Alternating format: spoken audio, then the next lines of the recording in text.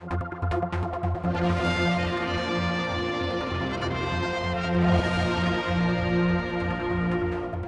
Villa Marina and Gaiety complex could soon be in new hands. The government will still own the building, but private enterprise could be providing the entertainment.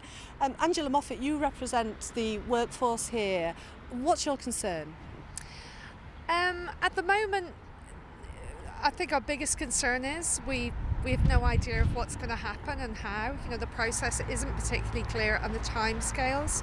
I think there's a feeling amongst the workforce of despondency, so it's managing that as well. You know, these people still have to go to work, put a day's work in, give a great service with a happy, smiling face, and yet when you feel that ultimately your job may go, or you may be transferred to a different employer on dumbed down and worse terms and conditions, clearly people are going to be, you know, really, really concerned about that. But I think the biggest concern that was coming out of the workforce was actually in terms of, you know, we have a facility here which is a heritage facility, but it's a facility which is also in great use by the community, and staff were extremely concerned about how that community facility might be lost in future if it goes out to private sector who are interested in profit, not the very specific needs and concerns of the community here. And the fact that the Villa and Gaiety is a big part of that. I mean, will a private contractor want to put on the Guild every year?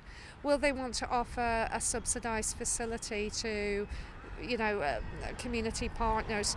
Probably not, if the bottom line is dollars. And, you know, that's, you know, that part of the ethos of what the government is doing here is offering a facility to the Isle of Man, which we wouldn't have otherwise. It's very, very difficult to see how it could be run on a profit basis. My belief is that the government have touted for private sector contractors before, and it hasn't worked out. You know, the expressions of interest that they've had have meant that we couldn't actually operate this via the private sector in the way that people imagine it would be very easy to do. And yet there is the argument that should a government be running things like a cinema, for example? Well, you know, probably not, no. In a world where there is a private sector able to deliver it on a profitable basis. And I think that's the bottom line. Yes, the private sector can run facilities for the island, but they're not going to do that unless they can do it for profit, or they're going to receive a subsidy from the government to do it. So I think what's going to be interesting about this process moving forward is, can the Isle of Man government provide the facility that they currently provide? Can it be provided perhaps in a better way, in a more quality and efficient way by the private sector?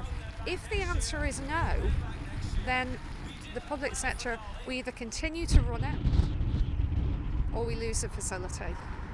As you say, it's a time of uncertainty, isn't it, for the staff? What level of negotiation is going on here? What's the consultation process? Well, at present there is none.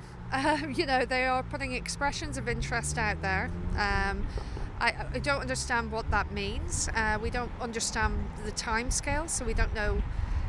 We know very, very little about the process, and that's a concern. So I think the challenge for us as a union is to get in there, engage with the Department of Economic Development about what is going on, and make the arguments in terms of protecting both our members' interests and those of the wider community in the Isle of Man and the Villa and Gaiety as a service for this island.